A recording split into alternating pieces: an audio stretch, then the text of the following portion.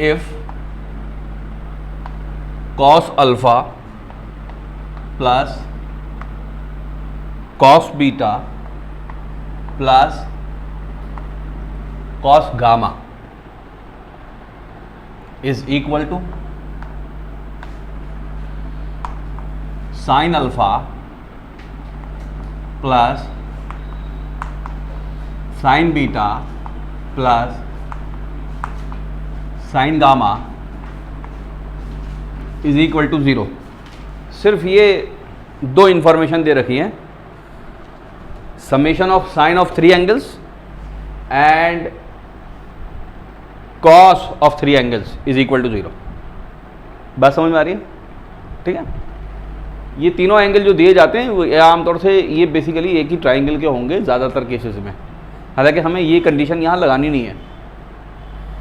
इसके बाद हमसे 3 चीज़ें प्रूफ करवाने को कही जाती हैं, या 3 इसके बाद स्टैंडर्ड रिजल्ट निकलते हैं। अगर ऐसा होता है sine alpha plus sine beta plus sine gamma is equal to 0, या cos alpha plus cos beta plus cos gamma is equal to 0, तो बहुत सारी स्टैंडर्ड बुक्स में जो 3 रिजल्ट निकलवाएं वो निकलवाएं देन प्रूव दैट। सबसे पहला रिजल्ट जो है वो ये है cos 2 alpha plus cos 2 beta plus cos 2 gamma is equal to sin 2 alpha plus sin 2 beta plus sin 2 gamma. ये करवाया। ओके, इसके बाद 2 और हैं तो वो अभी हम लिखेंगे, पहले हम एक को कर लेते हैं। ठीक है, ओके। अब देखने में ये कैसा क्वेश्चन लग रहा है? देखने में ये बेसिकली ट्रिग्नोमेट्री का क्वेश्चन लग रहा है। ट्रिग्नोमेट्री है भी इन्वॉल्व इसके अंदर, लेकिन एक्चुअली में ये कॉम्प्लेक्स नंबर का क्वेश्चन है, या हम कॉम्प्लेक्स नंबर से इसको आसानी से सॉल्व कर लेते हैं। समझ में आ रही बात? देखिए ध्यान से, लेट किया ये क्वेश्चन इससे पहले? अच्छा, हो सकता है वो आगे की पार्ट हो। Z1 is equal to cos alpha plus iota times sine alpha, Z2 is equal to cos beta plus iota sine beta, Z3 is equal to cos gamma plus iota sine gamma. ये हमने 3 complex number define कर लिए। बात समझ में? Cosine और sign की शक्ल में ऐसे हम लिख सकते हैं 3 कॉम्प्लेक्स नंबर्स को। बात समझ में आ रही है? अब बेसिकली हम क्या करें, ध्यान से समझो इस बात को। Z1 plus Z2 plus Z3 को जोड़ें भी और इसका स्क्वायर भी कर दें। बात समझ में आ रही है? ठीक है, जिस टाइम इसको जोड़ के इसका स्क्वायर करेंगे क्या चीज हमारे सामने आएगी? ध्यान से देखना, क्या मिलेगा हमको? Z1 का स्क्वायर प्लस Z2 का स्क्वायर प्लस Z3 का स्क्वायर मिलेगा, प्लस प्लस जरा जल्दी से बोलो, हाँ, प्लस 2, इसके नीचे लिख लो, यहां पे लिख लो ताकि हम बोर्ड को फिर 2 बार इसको, plus 2 Z1 Z2 plus Z2 Z3 plus Z3 Z1। बोलो, बात समझ में आती है? इसका स्क्वायर इसके बराबर मिलेगा हमको। समझ में बात आ रही है? अरे बोलो, ठीक है। अब ध्यान से देखना, Z1 plus Z2 plus Z3 is equal to, लिख रहा हूं, अब इसको लिख रहा हूं, LHS को लिख रहा हूं, ध्यान से समझ लेना। Cos alpha plus cos beta plus cos gamma plus iota times sine alpha sign beta, ये LHS हो गई। ये क्या चीज हो गई? LHS, इसके बराबर हो गया। क्या ये बात समझ में आ रही है? अरे अरे अरे, अभी और भी तो कुछ करना है, इसका स्क्वायर निकालना है ना हमको।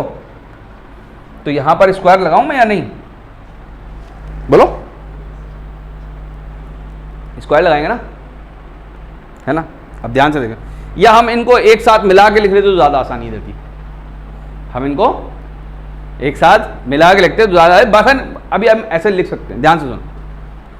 Is equal to Z1 square, Z1 square, हाँ भाई पता है ना, cos alpha plus iota times sine alpha की पावर 2, है कि नहीं? और ये 2 कहां पे जाने वाला है? क्या बताया था? ऐसे वाले केस में 2 कहां पर जाएगा? जिस दिन इसको खोलेंगे, जिस दिन इसको यूलर फॉर्म में कन्वर्ट करके लिखेंगे तो अल्फा के साथ लग जाएगा। ये cos 2 alpha plus iota times sign 2 alpha लग जाएगा या नहीं? है ना? वहीं से तो कहानी खुलेगी, वहीं से तो आएगा ये। अच्छा चलो दूसरा भी लिखते हैं, plus cos beta plus iota times sine beta, इसका square, plus cos gamma plus iota times sine gamma का स्क्वायर। ये तो हो गई ये Z1 square, Z2 square, Z3 square. अब जरा इसकी कहानी देख लेना जरा ध्यान से। इसमें मैं अंदर से Z1 Z2 Z3 बाहर ले लूं, क्या ले लूं? Z1 Z2 Z3 बाहर ले लूं, ध्यान से देखना, प्लस 2 Z1 Z2 Z3 जिस दिन बाहर लूंगा अंदर क्या बचेगा भाई? इसमें Z1 Z2 Z3 बाहर कॉमन लेना है, क्या बचेगा? 1/Z3 बचेगा या नहीं? 1/Z3 बचेगा, यहां पर 1/Z1 बचेगा, यहां 1/Z2 बचेगा। तो अंदर क्या लिख लूं? 1/Z1 plus 1/Z2 plus 1/Z3। बोलो बचा या नहीं? क्लियर हो रहा है? बोलो।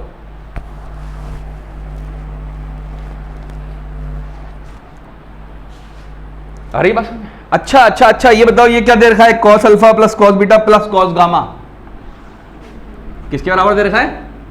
अच्छा, sign alpha plus sine beta plus sine gamma किसके बराबर दे रखा है? 0।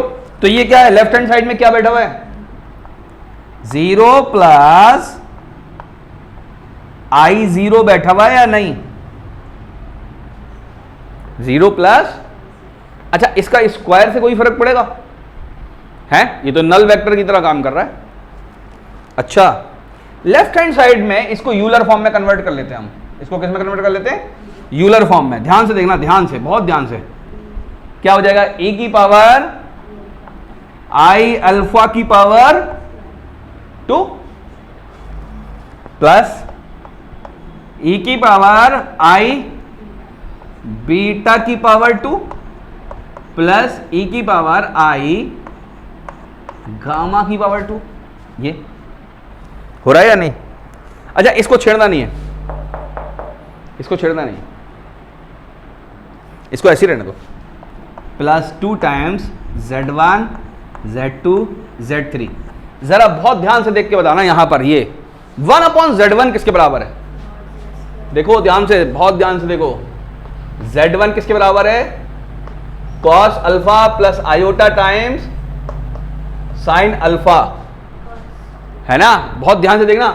1/Z1 कल बताया था, cos alpha minus iota times iota sine alpha, होगा या नहीं? कल बताया था, है ना? तो इसको 1/Z1 को मैं क्या लिख सकता हूं?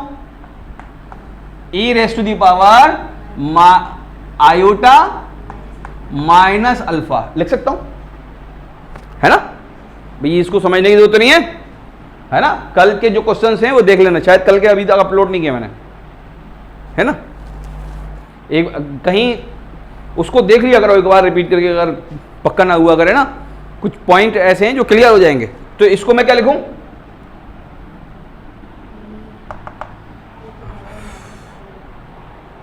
या इसको लिखने की जरूरत है? नहीं, इसको तो ये लिखने की जरूरत नहीं है, इसको तो ये लिखने की जरूरत नहीं, इसको तो ये लिख दो।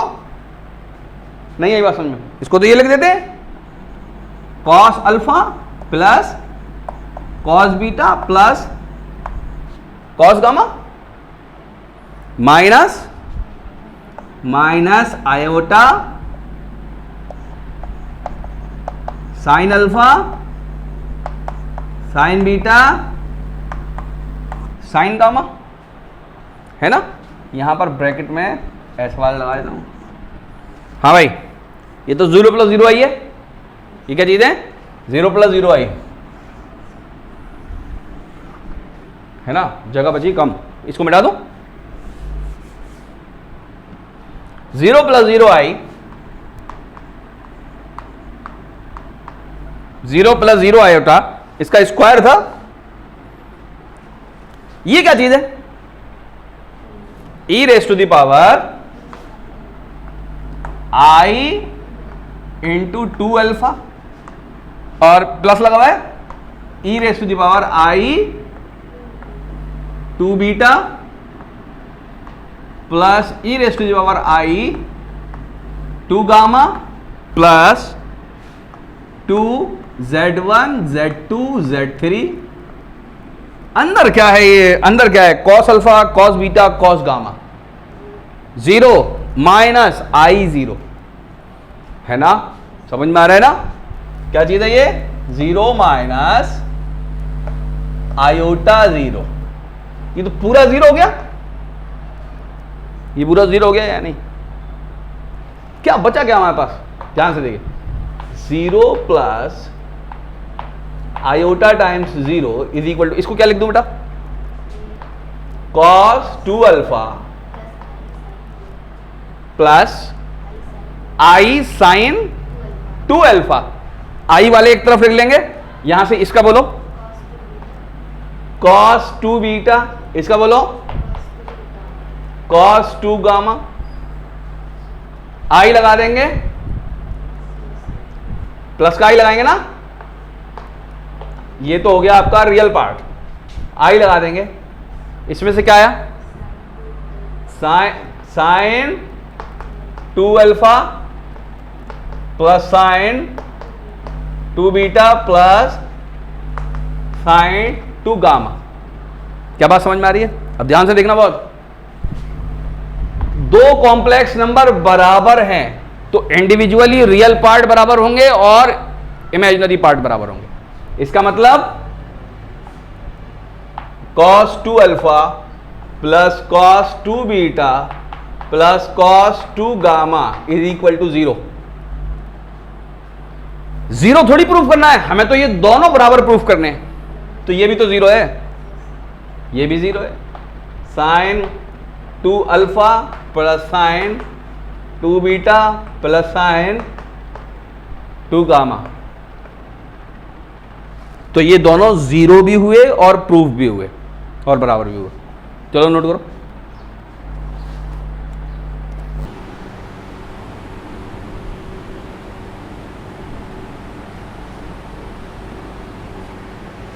यहां तो ये एंगल नहीं दे रखा है खाली, ठीक है।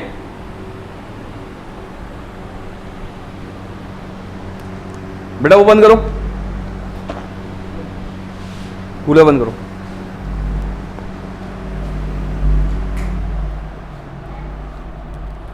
हाँ भाई, जो बी पार्ट हमें प्रूफ करना है वो क्या है?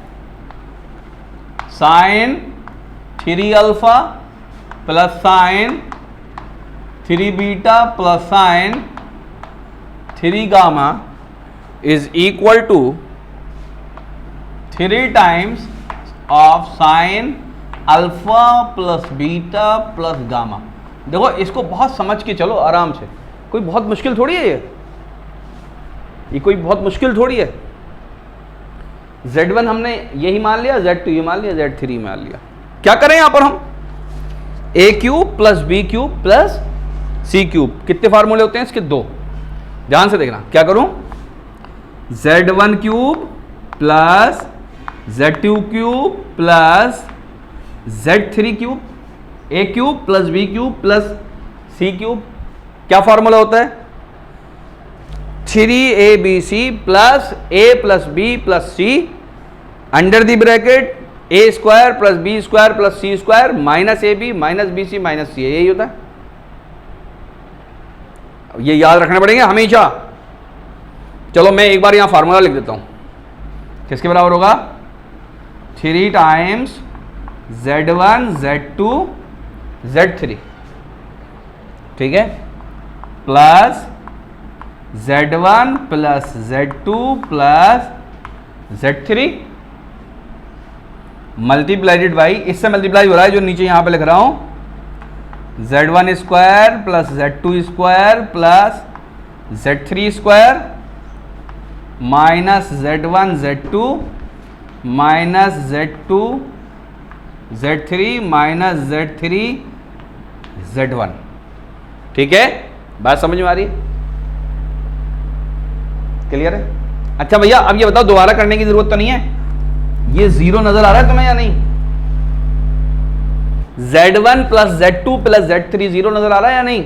अरे दे तो रखा है, ये z1 का रियल पार्ट और इमेजिनरी पार्ट दोनों जीरो है। बोलो, तो तीनों का सम जीरो होगा, तो ये पूरी पार्टी जीरो हो जाएगी। क्या बचा? खाली यही तो बचा, ठीक है, यही तो बचा। इज इक्वल टू, तो अब मैं क्या लिखूंगा? z1 cube. z1 क्यूब जरा जल्दी से बता दो, z1 क्यूब क्या है? हाँ, z1 क्यूब क्या है? अब मैं डायरेक्ट लिखूंगा, जरा तुमसे जानना चाहता हूं मैं। z1 क्यूब देखो ध्यान से देखना, मैं यहां पे एक बार लिख दे रहा हूं z1 क्यूब, फिर डायरेक्ट लिख दूंगा, ठीक है? अरे बोलो, z1 क्यूब मैं डायरेक्ट लिखना चाह रहा हूं। ये जो क्वेश्चन करवाया जा रहा है, ये सिर्फ एक फार्मूला सिखाने के लिए करवाया जा रहा है कि अगर ब्रैकेट के ऊपर कोई पावर लगी है तो उसको अंदर कैसे लेकर आना है। सारा का सारा जो क्वेश्चन है उसका सेंटर जो है, उसका फोकस जो है वो इस बात पर है कि अगर ऊपर पावर लगी है तो कैसे लेकर जाना है, अंदर कैसे लेके जाना है। बात समझ में आ रही है? अगर इसको सीख गए तो समझो क्वेश्चन सीख गए, ठीक है। ध्यान से देखना, ध्यान से। z1 किसके बराबर है? cos alpha plus iota times sine alpha, मानते हो? अच्छा, इसको यूलर फॉर्म में लिख दूं तो क्या लिखोगे? 1 डॉट ई की पावर आयोटा टाइम्स अल्फा। अरे बोलो। अच्छा, जिस दिन मैं z1 क्यूब बोलूंगा उस दिन तुम क्या समझते हो? cos alpha plus iota times sine alpha की पावर 3, यही तो समझते हो। बात समझ में आई? अच्छा, इसको जरा यूलर फॉर्म में कन्वर्ट कर दो तो क्या दिखेगा? ये आयोटा ई की पावर आयोटा टाइम्स अल्फा की पावर 3 क्या हो जाएगा? ई की पावर आयोटा टाइम्स 3 अल्फा। जिस दिन इसको कोसाइन और साइन में खोलोगे, यानी रेक्टेंगुलर फॉर्म में खोलोगे, तो ये क्या दिखेगा? cos 3 alpha plus iota times sign 3 alpha. तो भैया जो पावर ऊपर लगी हुई थी वो कहां मल्टीप्लाई होती है? आर्गुमेंट से मल्टीप्लाई होने लगती है। किससे मल्टीप्लाई होने लगती है? आर्गुमेंट से मल्टीप्लाई होने लगती है। हमको क्या लगता है? इसको a cube a plus b का होल क्यूब में खोलेंगे हम इसको। अच्छा, इसको अगर a cube a plus b के होल क्यूब में खोल लो ना, तो ये इसी के बराबर बैठेगा आके। अगर कोई एंगल फिट करके कोई आप वो मान लें, क्या नाम है, कॉम्प्लेक्स नंबर कोई एज्यूम कर लें तो आएगा वही। लेकिन आपको बेसिकली डायरेक्ट पुट करना आना चाहिए कि आर्गुमेंट में लगा दो भैया सीधे। आ रही है बात समझ में? अरे बोलो, ठीक है, बात समझ में आ गई। अब बेटा मैं इसको डायरेक्ट लिख दूं। अब मैं अगर इसको डायरेक्ट लिख रहा हूं, ध्यान से देखना, बहुत ध्यान से, इसको क्या लिख रहा हूं? cos 3 alpha plus cos 3 beta, कहां से आया? Plus cos 3 gamma, real part एक तरफ प्लस आयोटा टाइम्स। अगर पावर -3 होती तो क्या होता? cos -3 alpha. क्या cos क्या हो जाता? खा जाता। बात समझ में आई? अच्छा, अपनी तरफ से माइनस लगा दो, उसका माइनस एब्जॉर्ब कर लो तो क्या हो जाएगा? भैया एक तरह से आप डिनोमिनेटर में ले गए हो और कंजुगेट निकाल लिया आपने। नहीं आई बात समझ में? ठीक है। अच्छा, आयोटा टाइम्स यहां पे क्या लिखूं बेटा? Sine 3 alpha sine 3 beta plus sine 3 gamma. ठीक है बेटा। यहां पे क्या बैठा हुआ है 3z1 z2 z3, ये पार्टी जीरो हो चुकी है, ये तो गिवन है z1 plus z2 plus z3 is equal to zero, cos alpha plus sine alpha plus वो cos alpha plus cos beta plus cos gamma is equal to zero, real part भी zero और imaginary part भी zero, ये given है, बात समझ में आई? Okay, तो मैं इसको इस सबको किसके बराबर लिख रहा हूं, ध्यान से देखना, 3 टाइम्स क्या चीज है ये, ई की पावर आई अल्फा, ई की पावर आई बीटा, ई की पावर आई गामा, क्या बात समझ में आ रही है? अच्छा है क्या ये 3 टाइम्स ई की पावर आई alpha plus beta plus gamma,